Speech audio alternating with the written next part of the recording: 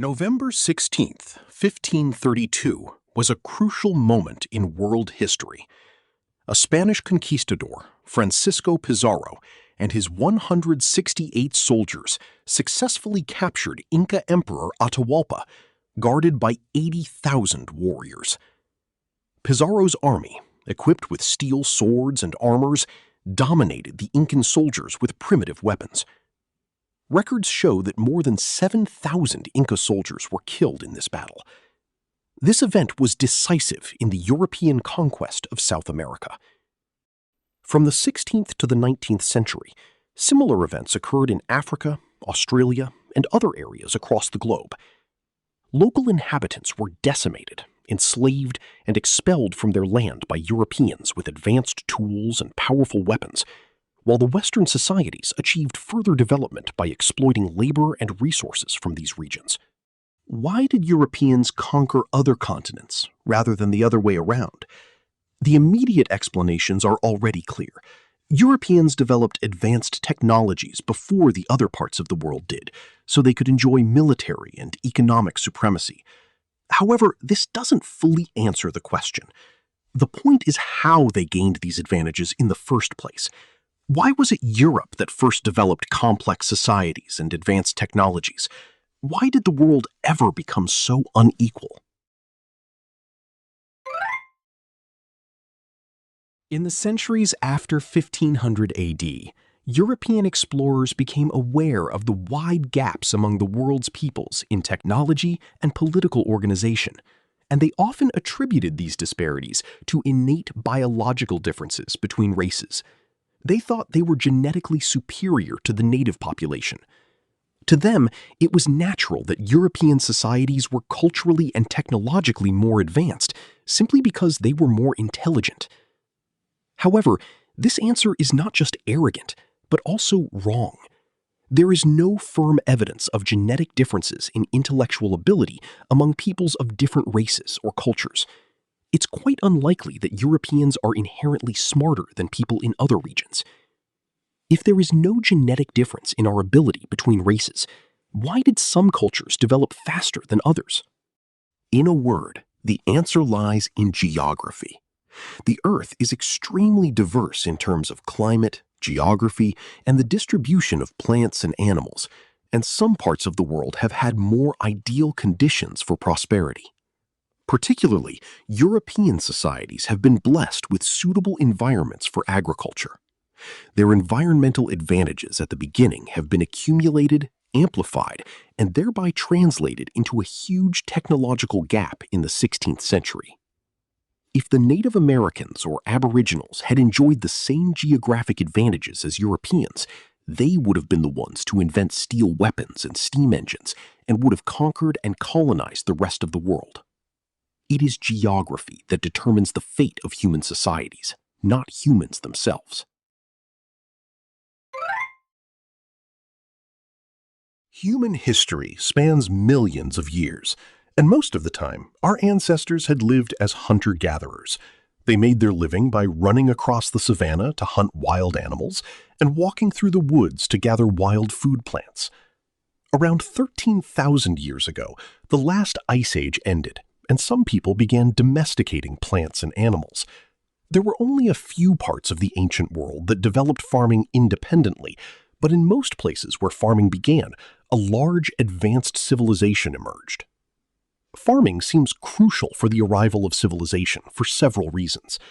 First, agriculture made it possible to feed far more people with far less land. It certainly depends on various factors, including the climate and the fertility of the land, but in general, agriculture can sustain a population 100 times larger than that of a hunter-gatherer lifestyle per unit area. Therefore, the human population became larger and denser. A large and dense population is necessary for a centralized government, military power, and an effective network of cooperation.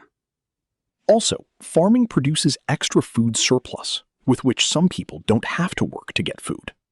They can spend their time specializing in developing advanced technologies, such as metallurgy and manufacturing. By contrast, in hunter-gatherer society, basically all members have to engage in collecting food, so they are too busy feeding themselves to develop new technologies. The transition to farming was clearly a decisive turning point in human history.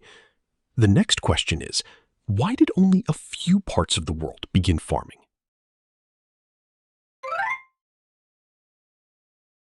The transition from hunting and gathering to farming is crucial for the arrival of advanced civilization.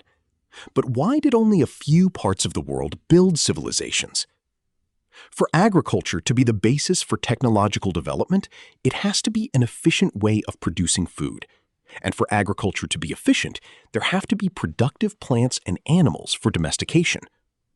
There were only a few species of wild plants and animals suitable for domestication, and they were unequally distributed around the world.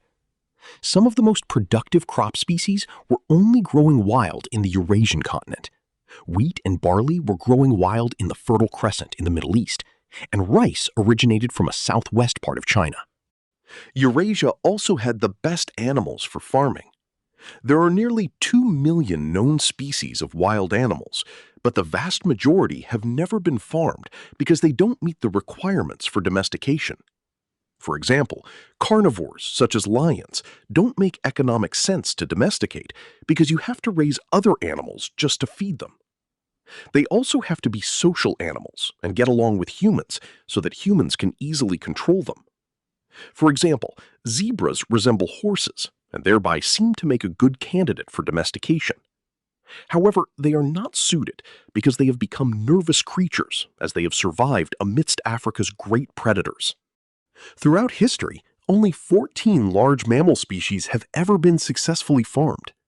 Out of these 14, none was from Australia, North America, or Sub-Saharan Africa. South America only had llama. The other 13 were all from the Eurasian continent, including the most productive livestock animals: cows, pigs, sheep, and goats. In short, the rise of productive agriculture is not a matter of human effort or ingenuity, but rather a matter of environmental luck in having access to the suitable species. Eurasian societies advanced faster, largely because they were blessed with these geographic advantages, and never because they were more intelligent or diligent.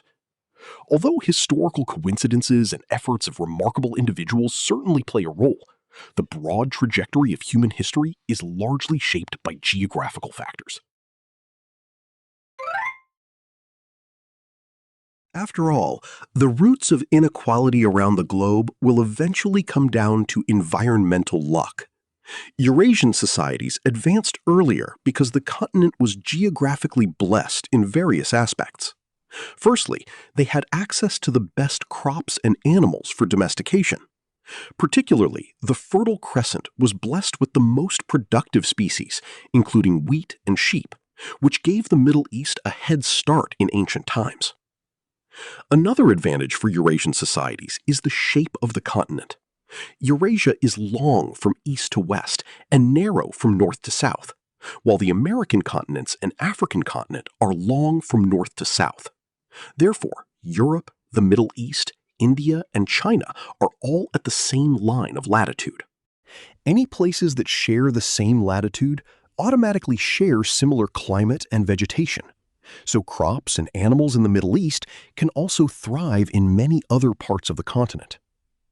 On the other hand, the journey from one end of America to the other is a journey from north to south, a journey through different climate zones and vegetation. These differences prevented the spread of crops and animals, as well as people, ideas, and technologies. It is extremely difficult to come up with a new idea from scratch, so it is much faster to learn and imitate an innovation from others than inventing it ourselves.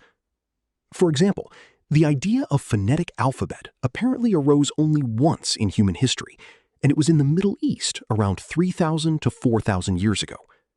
European cultures have inherited this invention and developed their own. With fewer geographical barriers, Eurasian cultures were able to share inventions and mutually accelerate their development.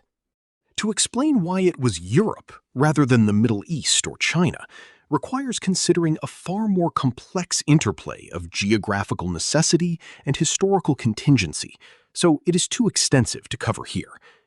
Nevertheless, it is clear that from the onset of agriculture, the most advanced civilizations have always been found on the Eurasian continent, and European societies could benefit from all the inventions and discoveries that emerged across Eurasia. Geography has shaped the course of human history. After all, Homo sapiens have been largely shaped by the environments in which they find themselves.